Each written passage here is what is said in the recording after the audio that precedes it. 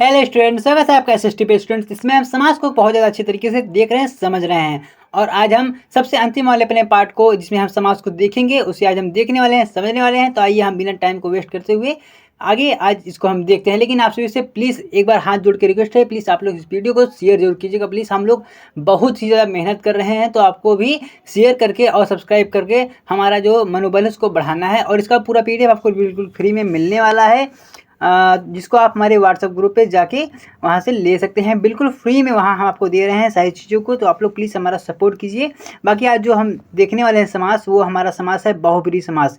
इसके पहले आपने सारी चीज़ों को काफ़ी अच्छे से पढ़ा हुआ है, समझा हुआ। अगर आपने नहीं देखा तो आप प्लीज़ एक बार जाके उसकी वीडियो देख लीजिएगा। उसका जो प्ले लिस्ट है आपको नीचे मिल रहा होगा। तो क्या होता है बहुब्रीहि समास? बहुब्रीहि समास क्या होता है कि एक ऐसा पद जिसका कोई न पद प्रधान होकर अन्य पद प्रधान होता है। कहने का अर्थ यह है, अगर आपने इसकी पिछली वीडियोस में आपने अगर देखा होगा तो आपको पता होगा कि हम समास में हमने आपको क्या बताया, वहाँ पर दो पद होते हैं। एक प्रथम पद होता है, एक आपका द्वितीय पद होता है।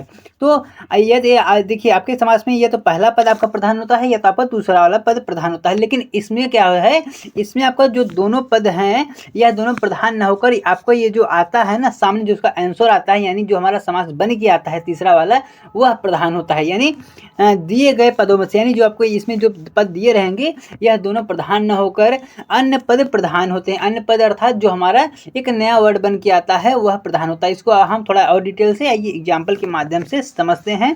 तो सबसे पहला एग्जाम्पल जो हमारा आया है वो है गजानन। बहुत ही सिंपल सा एग्जाम्पल है गजानन। हम क्या देखते हैं, ये जो आपका गज शब्द है ये इसका पहला पद है, और ये जो आनन है ये आनन, ये इसका दूसरा पद है। यह दोनों प्रधान नहीं है इसमें, यह दोनों इसमें प्रधान नहीं है। लेकिन गजानन का अर्थ क्या होता है? गज से आनंद करने वाला, गज से आनंद करने वाला अर्थात भगवान गणेश। तो यहाँ पर भगवान गणेश क्या है, वो प्रधान है। इस समास में भगवान गणेश जो है वो प्रधान है।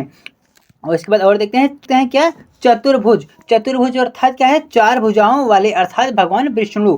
त्रिलोचन मतलब तीन आँखों वाले, तीन आँखों, जिनकी तीन नेत्र हो, अर्थात भगवान शिव। देखिए, त्रिलोचन में त्रि, ये आपका प्रधान नहीं है, ये आपका पहला पद था। दूसरा पद लोचन, ये देखिए ये दोनों प्रधान नहीं। लेकिन जब ये दोनों मिलकर एक जो आपका नया शब्द बना रहे हैं, अर्थात तीन आँखों वाले, अर्थात यहाँ पर मैं तुरंत माइंड में आएगा कि हमको पता है कि हमारे जो आराध्य, हमारे जो प्रभु हैं भगवान शिव, उनके पास तीन आँखें हैं। या आपके पास एक और एग्जाम्पल ले सकते हैं, नीलकंठ।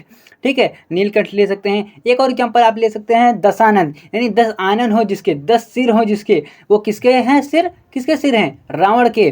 तो यहाँ पर क्या है कि जिसमें पहला पद और दूसरा पद दोनों प्रधान न होकर अन्य पद प्रधान, यानी जो वो बन के आएगा अन्य पद जो प्रधान होता है, वो आपका बहुब्रीहि समास होता है। और इसको याद करने का जो एक बहुत ही कमाल का ट्रिक है, इसमें अधिकांश आपको भगवान से रिलेटेड मिलने वाले हैं एग्जाम्पल, जैसे त्रिलोचन, दशानंद और पीताम्बर, और इसके बाद आपको ऐसे सब मिलने वाले हैं। इसके अलावा आपको भी और कुछ नहीं मिलने, अर्थात जो इसका अर्थ होगा इसके एग्जाम्पल का, वह सारे भगवान से, देवताओं से और असुरों से वह रिलेटेड होगा। तो इसको आप काफ़ी आसानी से याद कर सकते हैं। एक और देख लेते हैं एग्जाम्पल, चतुरानंद। चतुर आनन हो, आनन मतलब सिर हो, जिसके 4 सिर हो, वो कौन है? वो है हमारे आराध्य ब्रह्मा जी। तो कुछ इस प्रकार से थे एग्जाम्पल। आपको सारी चीज़ काफ़ी अच्छे से समझ आई होंगी। आपको अगर नहीं आए तो आपको नीचे कमेंट में बताना है। आपको मिलेंगे हम इसकी अगली वीडियो में। तब तक के लिए जय हिंद, जय भारत। और PDF आप जरूर लीजिएगा हमारे व्हाट्सएप ग्रुप से। धन्यवाद।